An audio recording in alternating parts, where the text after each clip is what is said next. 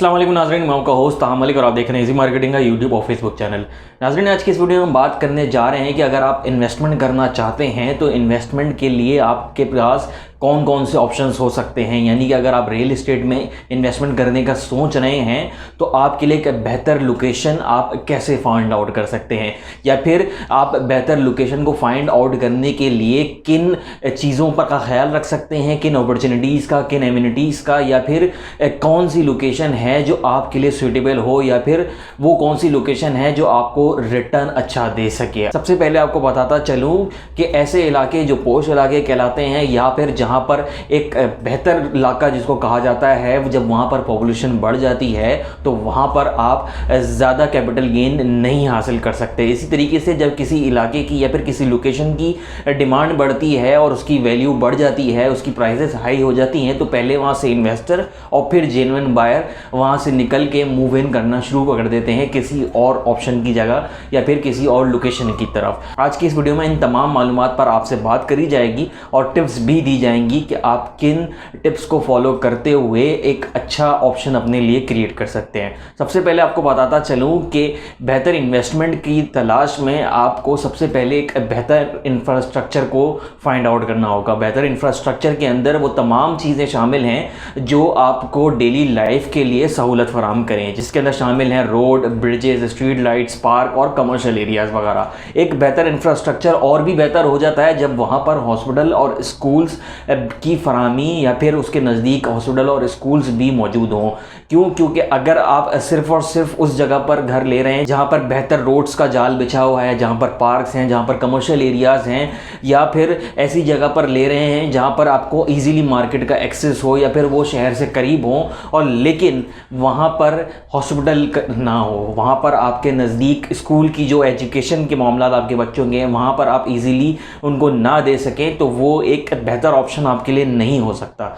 Infrastructure में hospital और जो स्कूल का किरदार है वो बहुत अहम है। इसी तरीके से कमर्शियल एरिया की मैंने आपसे बात करी, तो कमर्शियल एरिया भी बहुत ज़्यादा इंपॉर्टेंट है।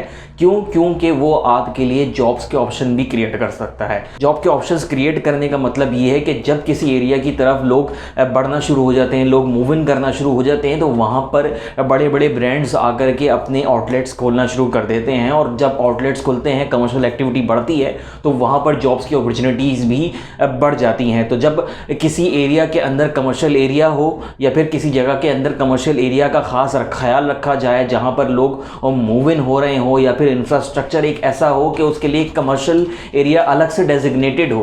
क्यों? क्योंकि ऐसी लोकेशन जहाँ पर रेजिडेंशियल और कमर्शियल एरियाज दोनों मर्ज होते हैं, तो आगे जा कर के फ्यूचर में वो ज़्यादा बेहतर नहीं रहते। क्यों? क्योंकि कमर्शियल एक्टिविटीज़ अपनी जगह होती हैं और रेजिडेंशियल एक्टिविटीज़ अपनी जगह होती हैं। तो ऐसे इंफ्रास्ट्रक्चर को ज़रूर तलाश करें जहाँ पर कमर्शियल और रेजिडेंशियल एक्टिविटीज़ के लिए अलग अलग डेजिग्नेटेड जगहें आपके पास मौजूद हो। जब ऐसा हो तो आपके लिए वो जगह बेहतरीन जगह बन करके आती है, या फिर वहाँ पर आप इन्वेस्टमेंट करके एक अच्छा रिटर्न हासिल कर सकते हैं। इसी तरीके से एक बेहतर इंफ्रास्ट्रक्चर के अंदर आपको इस बात का भी ख्याल रखना चाहिए कि जहां पर आप घर लेने जा रहे हैं या फिर जिस जगह को आपने सेलेक्ट किया है उसके नज़दीक ही कोई ऐसा एरिया तो नहीं है जो आपको फ्यूचर में नुकसान पहुंचा सके या फिर आपकी इन्वेस्टमेंट को फ्यूचर में नुकसान पहुंचा सके।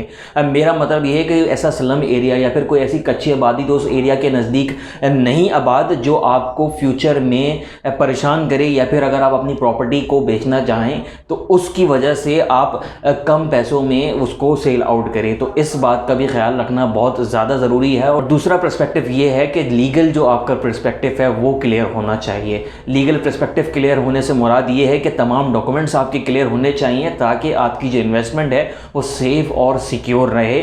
जब आप उसको सेल आउट करने जाएँ तो आपको लीगल पर्सपेक्टिव की वजह से कोई भी परेशानी ना उठानी पड़े। इंफ्रास्ट्रक्चर के बाद नाज़रीन दूसरा मरहला आता है गवर्नमेंट पॉलिसीज़ का। यानी कि अगर आप सिर्फ और सिर्फ इंफ्रास्ट्रक्चर को देखते हुए इन्वेस्टमेंट करने जा रहे हैं तो आपके लिए वो एक बेहतर ऑप्शन नहीं हो सकता। आपको गवर्नमेंट की पॉलिसीज़ को भी मद्देनज़र रखना होगा। गवर्नमेंट पॉलिसीज़ से मुराद ये है कि आपको उस जगह तक पहुंचाने के लिए या फिर उस जगह को आबाद करने के लिए गवर्नमेंट की क्या पॉलिसीज़ है। मैं बात कर रहा हूँ सिर्फ और सिर्फ जनरल पॉलिसीज़ की, कि अगर किसी लोकेशन को, जैसे कि शहर से बाहर का थोड़ा सा एरिया है या फिर शहर से हट कर ऐसा एरिया है जहाँ पर इंफ्रास्ट्रक्चर तो बेहतरीन है लेकिन शहर से कनेक्टिविटी उसकी नहीं नहीं है, वहाँ तक जाने के लिए आपके पास प्रॉपर रोड्स नहीं है, प्रॉपर रूट्स नहीं है, तो उनको रूट्स फराहम करने के लिए गवर्नमेंट का इंटरेस्ट कैसा है, वहाँ पर गवर्नमेंट क्या रोल प्ले कर रही है। इसकी हालिया मिसाल ये है कि अगर हम कराची में देखें तो सुपर हाईवे पे काफ़ी ज़्यादा आबादी का रुझान तेज़ी के साथ बढ़ रहा है, लेकिन सुपर हाईवे तक जाने के लिए जो शहर से मिड सिटी से कनेक्टिविटी है वो अभी नहीं है, लेकिन गवर्नमेंट उसके लिए काम कर रही है, गवर्नमेंट की पॉलिसीज सामने आ रही हैं। हमने देखा कि हालिया दिनों में गवर्नमेंट ने M9 मोटरवे को कनेक्ट करने के लिए मलिर एक्सप्रेस वे जैसे मंसूबे का आगाज़ किया है और उस पर काम तेज़ी के साथ जारी व सारी है। तो ऐसी पॉलिसीज़ का भी आपको ख़ास ख्याल रखना होगा कि गवर्नमेंट का इंटरेस्ट उस लोकेशन को आबाद करने में कैसा है। क्यों?